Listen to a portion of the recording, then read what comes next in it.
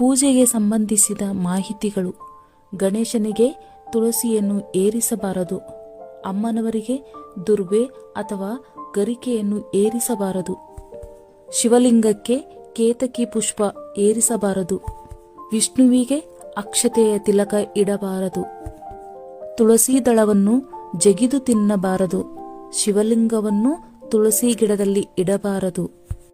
ಮನೆಯಲ್ಲಿ ಪೂಜಿಸುವ ಶಿವಲಿಂಗ ಹೆಬ್ಬರಳಿಗಿಂತ ದೊಡ್ಡದಿರಬಾರದು. ಗರ್ಭಿಣಿಯರು ಶಿವಲಿಂಗವನ್ನು ಮುಟ್ಟಬಾರದು. ಆರತಿಯನ್ನು ಒಂದೇ ಕೈಯಿಂದ ತೆಗೆದುಕೊಳ್ಳಬಾರದು. ದೇವಸ್ಥಾನದಲ್ಲಿ ಸ್ತ್ರೀಯರು ತೆಂಗಿನಕಾಯಿ ಒಡೆಯಬಾರದು.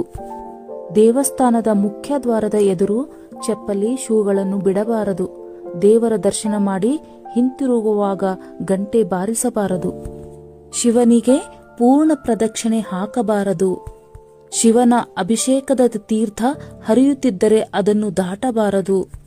ಒಂದೇ ಪೂಜಾ ಕೋಣೆಯಲ್ಲಿ 2 ಶಂಖಗಳನ್ನು ಇಡಬಾರದು.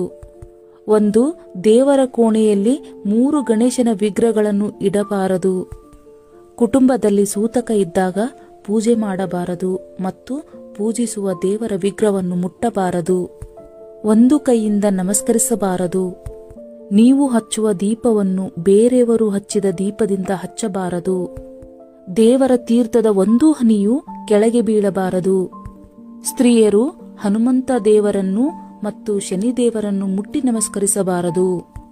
ಅವಿವಾಹಿತ ಸ್ತ್ರೀಯರು ಹನುಮಂತ ದೇವರು ಮತ್ತು ಶನಿದೇವರ ಕಾಲಿಗೆ ಬೀಳದೆ ನಿಂತೇ ನಮಸ್ಕರಿಸಬೇಕು. ದೇವರ ಪೂಜಾ ಕೋಣೆಯನ್ನು ಯಾವಾಗಲೂ ಶುಚಿಯಾಗಿಟ್ಟುಕೊಳ್ಳಬೇಕು.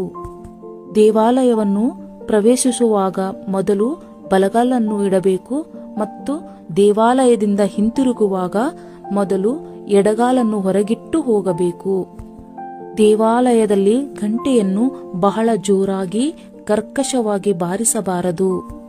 ಮೈಲಿಗೆಯಾದ ಬಟ್ಟೆಗಳನ್ನು ಹಾಕಿಕೊಂಡು ದೇವಸ್ಥಾನಕ್ಕೆ ಹೋಗಬಾರದು. ತೀರ್ಥ ಕುಡಿದು ಕೈಯನ್ನು ತಲೆಗೆ ಅಥವಾ ಶಿಖೆಗೆ ಒರೆಸಿಕೊಳ್ಳಬಾರದು. ಕಣ್ಣುಗಳಿಗೆ ಒತ್ತಿಕೊಳ್ಳಬೇಕು. ಏಕೆಂದರೆ ಗಾಯತ್ರಿ ದೇವಿಯು ಶಿಖೆಯಲ್ಲಿ ನೆಲೆಸಿರುತ್ತಾಳೆ. ದೇವಿಗೆ ಅಪವಿತ್ರತೆ ಉಂಟಾಗುತ್ತದೆ. ಭೈರವ ದೇವಾಲಯಗಳನ್ನು ಬಿಟ್ಟು ಉಳಿದ ದೇವಾಲಯಗಳಲ್ಲಿ ಕುಡುಕರು ಪ್ರವೇಶಿಸಬಾರದು. ದೇವರ ದರ್ಶನವನ್ನು ನಿಂತುಕೊಂಡು ತೆರೆದ ಕಣ್ಣುಗಳಿಂದ ಪಡೆದುಕೊಳ್ಳಬೇಕು. ದೇವರ ದರ್ಶನ ಮಾಡಿದ ತಕ್ಷಣವೇ ಹಿಂತಿರುಗಬಾರದು. 2 ನಿಮಿಷ ಕುಳಿತು ನಂತರ ಬರಬೇಕು.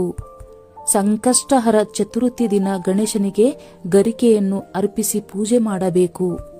ಏಕಾದಶಿ ದಿನದಂದು ವಿಷ್ಣುವಿಗೆ ತುಳಸಿ ದಳಗಳನ್ನು ಇಟ್ಟು ಪೂಜಿಸಬೇಕು. ವಿಷ್ಣುವಿನ ಅವತಾರವಾದ ಎಲ್ಲಾ ದೇವರುಗಳಿಗೆ ಅರ್ಪಿಸುವ ನೈವೇದ್ಯದಲ್ಲಿ 1 ತುಳಸಿ ದಳವನ್ನು ಇಡಲೇಬೇಕು.